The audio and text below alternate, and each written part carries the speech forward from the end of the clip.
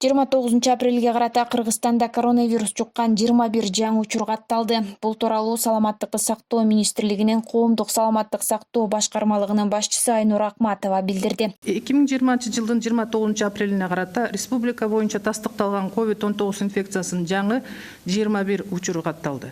Анын ичинен Бишкек шаарында 13, Нарын областында 6, Ош областында 1, Баткен областында 1 учур. Акматованын айтымында Кыргызстанда бир сутка ичинде 6 медициналык кызматкер коронавирус жуктуруп алган. Муну менен COVID-19 вирусун жуктурган медицина кызматкерлеринин жалпы саны 191 адамга жетти. Ал эми бул илдетти жугузуп алгандардын ичинен 10 бейтаптын абалы оор деп бааланууда. Республиканын стационарларында 284 бейтап дарыланып жатат, оор абалда 10, анын ичинен реанимация бөлүмүндө 4 адам жатат. Орточо оор абалда 52 адам, канааттандырарлык абалда 222 адам, 437 адам чыгарылды. Каза болгондордун саны 8. Муну менен катар эле Кыргызстанда бир сутка ичинде коронавирустан 21 бейтап айыгып ооруканадан чыкты. Акыркы сутка ичинде жалпысынан 21 бейтап ооруканадан айыгып чыгарылды.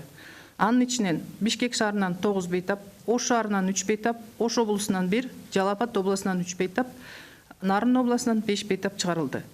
Кайталап алынган анализдердин жыйынтыктары бардык бейтаптардыкы терс. Кыргызстан эпидемиянын туу чокусуна жетти деп айтууга болбойт деп билдирди бүгүнкү брифингде биринчи вице-премьер-министр Кубатбек Боронов. Бүгүнкү күндө биз туу чокусуна жеттик деп айткандан мен алыспын. Себеби дегенде мен айткан бизде азыр чечилбей бүт элек дагы бир проблема турат. Бул маселе жанагы биздин буга чейин элдин арасында билинбей симптому жоготуп аткан переносчиктер бар. Анан кийин жобосу атайын жашырып койгон ушундай оорулар бар. Ошолордун баардыгын аныкташ үчүн мен айткандай биз жанагы биздин республиканын аймагында 114 эл жашаган аймактардагы ошол коронавирустун очагы бар деп эсептеп чыктык. Ошолордун баардыгын бүгүнкү күндө жана мобилдик топтор кыдырып, ар бир жаранга жолугуп, ошолордун ал акыбалын билүүгө аракет кылып атабыз. Ошондуктан ошондой бир жарандарыбыз калып калган болсо, бул кайрадан ошол оорууну жайылтууга себепкер болот. Ошондуктан бүгүн биз туу чокусуна чыктык деп айтыш кыйын. Ошол эле учурда Боронов коронавирустун экинчи толкуну болушу тууралуу ар кандай божомолдор бар экендигин айтты. Предположения разные. Говорят, что некоторые, скажем, эксперты говорят, что осенью опять будет вторая волна. Некоторые говорят, что сразу пойдет вторая волна. Но, в принципе, и тому случаю, если осенью обратно будет, не дай бог, конечно, скажем, заболевшие в нашей стране, в принципе, правительство к этому готов. Мы сегодня, естественно, имеем уже опыт, как вести работу. Мындан тышкары биринчи вице-премьер-министр Кыргызстанда той аштарды өткөрүүгө азырынча уруксат берилбей тургандыгын белгилеп, эл аралык жана ички аба каттамдардын ачылышы боюнча түшүндүрмө берди. Международные рейсы не только от нас зависят, вы знаете, вокруг Кыргызстана и другие страны сегодня у них тоже положение, скажем, как у нас, у некоторых даже похуже, поэтому если они пока не откроют, мы международный рейс открыть не сможем. Это само собой, вы все, наверное, понимаете, это внутренние рейсы пока мы не планируем открыть. Почему? Потому что межрегиональные сообщения пока мы не возобновляем. Поэтому о том, что открыть внутренние авиарейсы, тоже речь пока еще рано говорить. Ушул эле жыйында Кубатбек Боронов өзгөчө абал орозо бүткөнгө чейин узартылышы мүмкүнбү? Эгер узартылса, бул тууралуу качан жарыяланат деген суроого да жооп берди. Сейчас об этом трудно сказать. Я уже говорил, это зависит не только от правительства, от, скажем, госорганов, кто занимается вопросами борьбы с коронавирусом. Это зависит от всех наших граждан. Пользуясь случаем, хочу сказать, что мы также должны придерживаться тому, что уменьшить передвижение по городу, желательно еще потерпеть немножко, чтобы окончательно мы могли, чтобы убедиться, что дальше распространение коронавируса у нас будет снизиться угроза распространения коронавируса. Белгилей кетсек, 29 апрелге карата Кыргызстанда коронавирус жуктургандардын саны 729 жетти. Алардын ичинен 191 медицина кызматкерлери. Илдеттен 437 жараны айыгып, 8 адам каза болгон. Бүгүнкү күнгө карата Кыргызстанда реалдуу түрдө 120,8 миллион доллар келди. Бул тууралуу вице-премьер-министр Эркин Асрандиев маалымат жыйында билдирди. Анын айтымында алар өлкөнүн бюджетине кирешелик жоготуулардан улам тышкы жардам катары башка жолдорду издеп жатышат. Пандемиянын айынан чек аралар жабылды. Бул бажы жана салыктар жактан биздин негизги кирешелерибизди кыскартты, дейт Асрандиев. И эта внешняя помощь большей частью направляется на покрытие бюджетных расходов.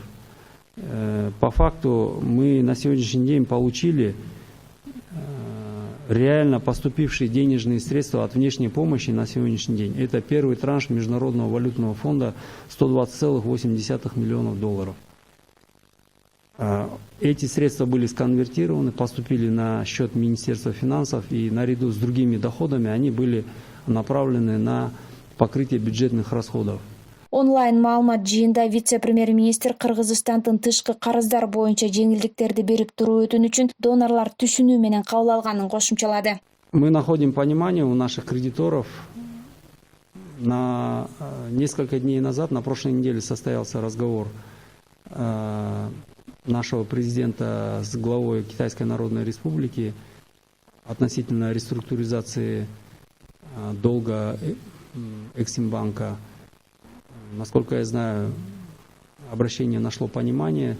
Сейчас уже Эксимбанк Китая связался с нашими специалистами, и там работа началась. То, что касается внешнего долга перед другими кредиторами, сейчас ведется работа по отсрочке платежей по двухсторонним кредитам в рамках Парижского клуба. Ушул эле маалымат жыйында вице-премьер-министр Кыргызстанда 1-майдан тарта такси кызматы иштей баштаарын билдирди. Ал эми коомдук транспорт 11-майдан тарта өз ишин баштайт. Бирок бир катар санитардык тартиптерди сактоо менен гана болоорун кошумчалады. Алгачкы 1-майдан кире турган этап жөнүндө айтып кетсек, бул биринчи ирет бүт өндүрүш түрлөрү, өндүрүш тармактары жумушуна кирген жатат. Андан тышкары курулуш системасы, ошого байланыштуу дүң, соода, курулуш материалдары менен алектенген ишканалар жана кээ бир соода саттыктын жана тейлөө тармактарынын кээ бир түрлөрү тизмеде сиздер көрсөңүздөр керек. Жана транспорт жагынан бул такси тейлөөсү дагы ишине кирип атат, бир нече талаптар менен чогуу. Өкмөттөгү бул маалымат жыйында вице-премьер-министрге бир катар суроолор узатылып, алардын арасында бала бакча, мектептер качан иштей баштаары айтылды. Вот те перечни, которые вчера опубликовали, они содержат 3 этапа, 3 перечня. Это, как я уже сказал, с 1, 11 и 20 мая. Все остальные виды деятельности, которые не попали в этот перечень, в том числе и образовательные учреждения, детские садики, школы и так далее, они возобновят свою деятельность после того, как будут сняты все режимы. А это будет зависеть, опять же, от эпидемиологической ситуации. Если к 1 июня у нас ситуация нормализуется, с 1 июня начнут работать. Если и дальше мы будем иметь сложности и проблемы, тогда, может, это позже будет, 10, 15 или вообще с июля. Это все будет зависеть от ситуации. Ал кошумчалагандай, кафе, ресторандардын толук кандуу иштешине уруксаат өлкөдө өзгөчө абал, өзгөчө кырдаал режими толук алынгандан кийин берилет. Бишкек шаарынын 1-май райондук сотунда кой таш окуялары боюнча ачылган кылмыш ишин кароо айрым адвокаттардын келбей калгандыгына байланыштуу жылдырылды. Бул тууралуу КСДП партиясынын расмий өкүлү Кундуз Жолдубаев өзүнүн Facebook баракчасына жазды. Анын айтымында Алмазбек Атамбаевди бүгүн 29 апрелде Бишкектин 1-май райондук сотуна алып келишкен. Бирок айрым адвокаттар келбей калгандыгына байланыштуу отурум 6-майга жылдырылган. Эске салсак, 7-8 августта Кой таш айылындагы үйүндө мурдагы президент Алмазбек Атамбаевди кармоо операциясы жүргөн. Анда мурдагы президенттин тарапташтары каршылык көрсөтүп, эл менен кагылышуунун натыйжасында УКМКнын Альфа атайы түзүмүнүн кызматкери каза болгон жана 175 адам ар түрдүү мүнөздөгү жаракаттарды алып ооруканага кайрылган. Алай районунун Жошол айыл өкмөтүндөгү 10-класстын окуучусу апасынын өлүмүнө шектелүүдө. Бул тууралуу Ош шаары, Кара Суу жана Ноокат райондорунун басма сөз кызматынан билдиришти. Маалыматка ылайык окуя 24-апрель күнү болгон. Анда 16 жаштагы кыз апасы менен уруша кетип, эшикке илинүүчү темир кулпу менен апасынын башына 2-3 жолу уруп, башка бөлмөгө кирип жатып алган. Жаракат алган 52 жаштагы апасы кансырап жаткан жеринде каза болгон. 25-апрель күнү саат 10:00 чамасында Алай районунун Жошол айыл аймагындагы айылдардын биринде 52 жаштагы аялдын жансыз денеси табылгандыгы тууралуу маалымат Алай райондук ички иштер башкармалыгынын нөөмөт бөлүмүнө келип түшкөн. Ыкчам тергөө тобу окуя болгон жерге барып, жогоруда айтылган маалыматты аныкташкан. Бул факты кылмыштардын жана жоруктардын бирдиктүү реестрине катталып, сотко чейинки өндүрүшкө алынган. Ал эми кылмышка шектүү катары маркумдун кызы кармалып, 2 айга камакка алынды деп айтылат маалыматта. Алдын ала маалыматтарга караганда маркумдун жолдошу 7-8 жыл мурун дүйнө салган. Маркум аял көп жылдан бери ичкиликке берилип жүргөн.